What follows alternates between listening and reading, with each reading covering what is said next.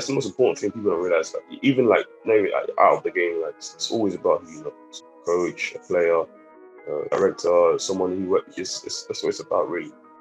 And so I ended up going to play Sunday League really. I was playing Sunday League in 2020. Out of the whole country, it's like a few. I was selected like 20 or a group of 20 people out of a million people. So it's definitely a huge honor. Just getting seen by the right people really. That's what it was, honestly.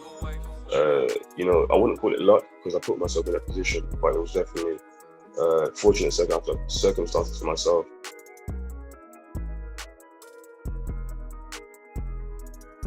So could you just give us sort of a background of your overall football journey and then obviously the incredible sort of experience you've had recently? Like the funny thing is like I kind of like fell out of love with the game, which is kind of crazy to be honest. Like, you know, I just during school, you know, you build up like other interests and you lose focus really. So you kind of lose the love of the game. So but I really came back when I left school, second year of like college and new school. You know, I ended up going on a trial to Wycombe Wanderers because we're mate. It was with him at the time, so I got into it there, and obviously I stayed with them for 2 years. And then when I left there after 2 years, I didn't obviously sign for a pro, so I went to Spain. Like in the latter part of 2018, I was out in Spain, played there for a couple months, and then I came back. And then when I came back, you know, I was without a club for a second. And so I ended up going to play Sunday League really. I was playing Sunday League in 2020, the majority, literally the whole of 2020 until the end. So that's where I was at really, and that's where I was playing Sunday League, and obviously just to play the game, just out of the love for the game, you know, just to be playing. And obviously after that, I was, you know, I wanted to get back into it after lockdown. I wanted to make sure I try and got back into it properly. And so that is when obviously I reached out, or I was in. They got in contact with me. The national team got in contact with me. The Rwanda national team got in contact with me, and you know said that they'll take a look at me. But I didn't really take it too seriously because you know I was like, you know what, it's gonna be lockdown's gonna last for long, so you're just thinking, you know, it's not gonna really come into fruition. So like summer of next year, 2021, you know, got called up to the national team to represent them in a tournament, which was an amazing experience. And it was a blessing really. So that was really Cheers. So I want to go back to Wycombe. What was your, looking back on it, what was your overall experience like with the sort of English academy system? To be honest, it was great. You know, it was improvement at the time. You know, like you see, that was when like the coaches were learning a different way of playing. You know, like the more like the, you know, if you know what I mean, like the modern way of playing, like playing possession ball, keeping the ball on the floor. They was emphasizing those things. So it was a great experience. You know, just to day in day out. Obviously, the first time playing football every single day. You know, so that was new and it was a great experience. And you know, you pick up those little things. You know, coaches are telling you like to play the game the right way, and just being playing every day is a great thing, really. So that was great. You got released because of an injury, right? Year. No, that was after second year. So just, you know, second year is just, it's only that one or two, or maybe if you're lucky, one gets a pro. So, and at a lower level, it's extremely rare that someone does get pro, you know. Exactly, because exactly. It's different to like Premier League where like, you know, three or four will get a pro, you know, that's different. They were League Two. They were League Two at the time as well. So now then, their finances are a bit different to what they are now. They're like in the Championship, so they have a bit more financial like stable. So yeah, that was the difference back then. Do you think you can tell who that one or two are going to be whilst you're there? To be fair, it's like when you're that age, right? It's like it really is like obviously there's always one that's good, but like it's actually confused to tell because like everybody believes in themselves, right? But at the same time, like you can see who has potential, right? And you know who's the best. Like you know who is regarded as the best, or who the coach is like, who gets, you know what I mean? But it's a bit of a difficult question to be fair, but it's 50-50 on that. But yeah. Do you think you got enough support from Wycombe once you got released? No, not really, No. not really at all. But I did stay in contact with the coach and stuff. But no, not really. There's not really a system that helps like players or anything like that. Like a proper system that helps players recover from those kind of yeah. So that is definitely an issue for sure. But no, not really. You mentioned you went to Spain right afterwards. Yeah. So at that Yeah. point, after being released, were you sort of Yeah. still looking to get back into the professional sort of environment? Yeah, definitely. So that was definitely something I was looking at. It was something that came up end of 2018 times, and it was a great experience going there, learning the game first time, how it's played over there, and how like it was great learning like just the lifestyle. Really was great. It's very sunny, good weather. It was playing. It was amazing. Honestly, football it was very good. Yeah. Would you encourage players that maybe have just been released or looking for something new to go abroad, take that step? Yeah, definitely. That's something that people are very afraid to do. A lot of players are afraid to get out of the comfort zone and to like leave. Like, you know what I'm saying? They want to be comfortable, but sometimes you have to go out of the comfort zone. And you've seen it like in the last couple of years. A lot of players after Sancho did it. A lot of players are trying to go out and try and play the game. Like get experience in France or in Italy or Germany. Like a lot of players are going out there. So it's definitely something players should do, and it's something I definitely thought about doing. Because I love experiences. So that was definitely a great experience. Yeah, I agree. It's definitely becoming a route that's becoming more known between players. Something that maybe 10, 20 years ago it would be unheard of. I mean, how many apart from like David Beckham, I can't think of too many English people playing in other leagues. But I only remember Owen Hargreaves. That's about it. Yeah. Yeah. Okay. So how did Rwanda come about? Yeah, honestly, was sometimes just getting in front, like just getting seen by the right people. Really, that's why it was. Honestly, I wouldn't call it luck because I put myself in that position, but it was definitely fortunate circumstances for myself and being seen by the right people. Honestly, that's all it was. And then being contacted, because obviously being in England, obviously, like you're gonna get more. What do you call it? More like higher like review because they're gonna think, okay, you're playing in England, you're from England, so you get more looked at with more seriousness, and that's what it was about. And you sort of got scouted through a mate, am I right?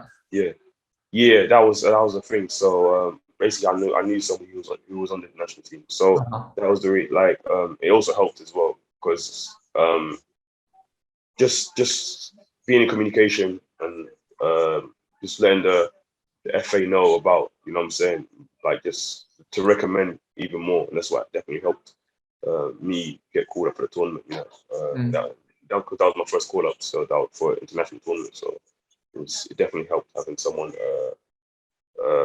know someone in the national team.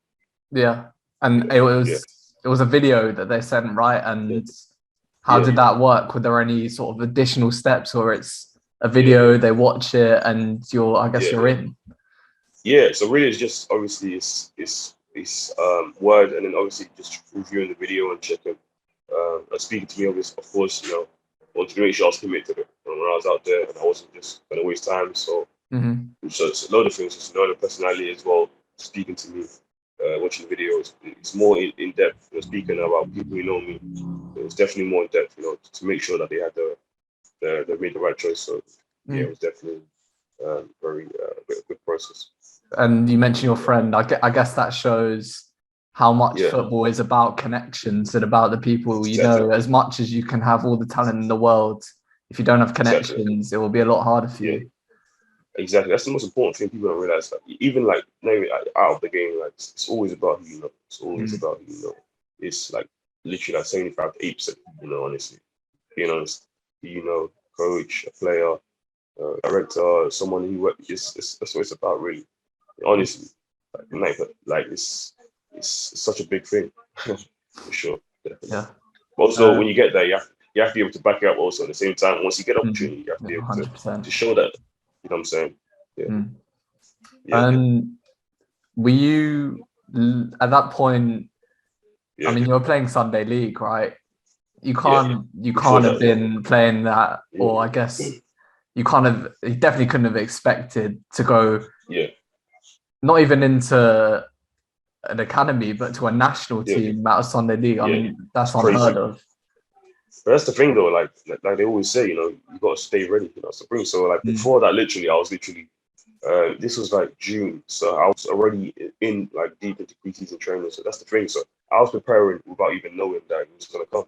So that's why they always say you gotta stay ready. You know what I'm saying? Opportunity may come up nowhere. And that at that moment in time, I was ready for it. Honestly, my fitness, I was doing a lot of training, and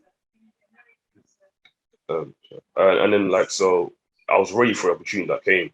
And that's the most important thing. Like obviously, I do get what you're saying, but I made sure I was ready enough to you know what I mean. I did what I could to make sure I was ready for the opportunity when it came. And Yeah. that's the most important thing people should like learn and make sure that they try and make sure they do this. No, that's really interesting. So yeah, you talk about being ready for it, but Yeah. was it still? Do you feel like you Yeah. fitted in like straight away technically, or is it was there a bit of adjustment? Yeah. No, definitely. I would say playing in Africa is definitely different. Like it's the weather. It's definitely different playing in that climate. It was crazy. Like obviously, there's a few players who were from abroad and it helped me, fit in. Because it was definitely very difficult adjusting to the weather. But after a couple like sessions, got used to it, obviously. But it was definitely different, and the level of football was definitely great as well. That's what I would say. It was definitely great, very great style of football. So that definitely helped as well at the same time. Were there any Yeah, sort of standout players there? definitely. There's a few. We're playing in Europe right now as well, at very high level. There's definitely a few. Yeah, like one of my guys, Samuel Gillette, another guy, Angie Mutsinzi, plays in Portugal. Like very great defender, plays in like the second division of Portugal. Great players, great guys as well at the same time. Yeah. What do the camps actually sort of entail? Because obviously everyone knows about an England camp, a Spain camp. It's documented everywhere. What is a sort of, I guess, a smaller sort of country's camp entail? Yeah, honestly, it's pretty how much you see it. Like going and like you got the dinners and the lunches. And that's where you communicate on the way on the team bus, the coach on the way to training, on the way back. That's where you communicate. But it's definitely it's like a huge focus, and it's almost like when you represent a country, it's like a lot of like not pressure, but like there's a lot of like honor doing it, and you don't realize when you're doing it. You don't realize until after that it's such an honor. Like you're representing the whole country. You understand that like out of the whole country, it's like a few. That's like 20, a group of 20 people out of a million of people. So it's definitely a huge honor that I get. So you mentioned how much it must have helped you technically to play with these sort of players. Do you think that it's given you opportunity in terms of exposure, and especially, I mean, you've had numerous sort of news pieces written because it's such a crazy story. Exactly. That's correct. So do you think that's given you opportunities? Definitely. Also, one thing I've learned is also playing around the world in different places, just meeting people, building connections, building connections with different countries, so like clubs, teams, coaches, or players even. Like that was definitely a big thing I've done, and like hope also later on, like as well at the same time in the game. So just that was definitely a big thing. That's definitely going to help for sure. Connections, building and meeting people. So that's definitely a big thing. Did you play any matches whilst on the camp? Oh yeah, we did. We played a friendly. Played one friendly to be exact, which was great. On the second, I got it's kind of crazy, but yeah, that was definitely a great one. Great experience. Who was it against?